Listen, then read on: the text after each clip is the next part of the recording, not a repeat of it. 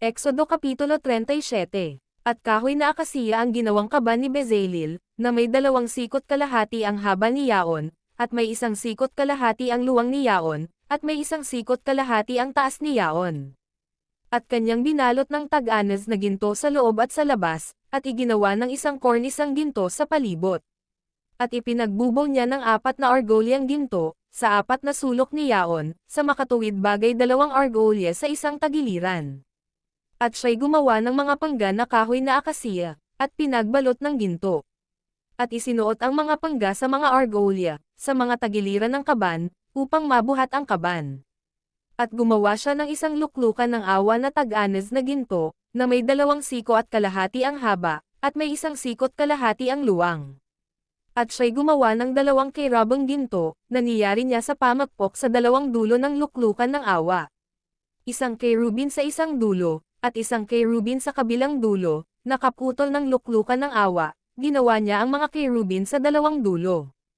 At ibinubuko ng mga kerubin ang mga pakpak na paitaas, na nalililiman ng kanilang mga pakpak ang luklukan ng awa, na nagkakaharap ang kanilang mga mukha, sa dakong luklukan ng awa nakaharap ang mga mukha ng mga kerubin. At ginawa rin niya ang dulang na kahoy na akasiya, na may 2 siko ang haba ni Yaon, at 1 siko ang luwang ni Yaon, at 1 sikot kalahati ang taas ni Yaon. At binalot niya ng tag-anas na ginto, at iginawa niya ng 1 kornisang ginto sa palibot. At iginawa niya ng 1 gilid na may 1 kamay ang luwang sa palibot, at iginawa ng 1 ginintong kornisa ang gilid sa palibot. At ipinagbubaw ng 4 na argolyang ginto, at inilagay ang mga argolya sa 4 na sulok na ukol sa 4 na paa ni Yaon. Malapit sa gilid ang mga argolya, na daraanan ng mga pangga, upang mabuhat ang dulang. At ginawa niya ang mga pangga na kahoy na akasiya, at pinagbalot ng ginto, upang mabuhat ang dulang. At ginawa niyang tag-anas na ginto ang mga kasangkapang nasa ibabaw ng dulang, ang mga pinggan ni Yaon, at ang mga kutsara ni Yaon, at ang mga tasa ni Yaon, at ang mga kopa ni Yaon, na pagbubuhusan. At kanyang ginawa ang kandelero na tag-anas na ginto, niyari niya sa pamukpok ang kandelero, ang tungtungan ni Yaon at ang haligi ni Yaon, ang mga kopa ni Yaon, ang mga globito ni Yaon, at ang mga bulaklak ay kaputol ni Yaon.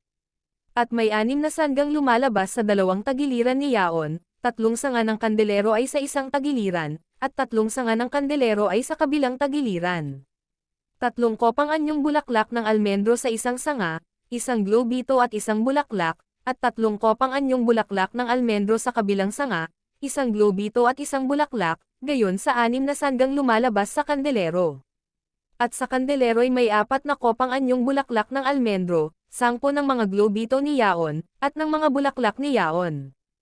At may 1 globito sa ilalim ng 2 sa mga sanga na kaputol ni Yaon, at 1 globito sa ilalim ng kabilang 2 sa mga sanga na kaputol ni Yaon, at 1 globito sa ilalim ng 2 sanga na kaputol ni Yaon, sapagkat ang 6 na sanga ay lumalabas doon. Ang mga globito at ang mga sanga ay kaputol ng kandelero, ang kabuo ay isa lamang putol na yari sa pamagpok, tag-anas na ginto. At kanyang ginawa ang mga ilawan niyaong 7, at ang mga pang-ipit ni Yaon, at ang mga pinggan ni Yaon, na tag-anas na ginto. Na 1 talento na tag-anas na ginto ginawa niya, at ang lahat ng mga kasangkapan ni Yaon. At kanyang ginawa ang damba ng sauban na kahoy na akasiya, 1 siko ang haba ni Yaon, at 1 siko ang luwang ni Yaon, parisukat at 2 siko ang taas ni Yaon, ang mga anyong sungay ni Yaon ay kaputol din. At kanyang binalot ng tag-anas na ginto ang ibabaw ni Yaon, at ang mga tagiliran ni Yaon sa palibot, at ang mga anyong sungay ni Yaon, at kanyang iginawa ng 1 kornisang ginto sa palibot, at iginawa niya ng 2 gintong argolya sa ilalim ng kornisa, sa dakong itaas ng 2 panig, sa ibabaw ng 2 panig, na pagsusuotan ng mga pingga upang mabuhat, at kanyang ginawa ang mga pingga na kahoy na akasya, at mga binalot na ginto, at kanyang ginawa ang banal na langis na pangpahid, at ang tag-anas na kamangyan na mainam na pabango ayon sa katha ng manggagawa ng pabango.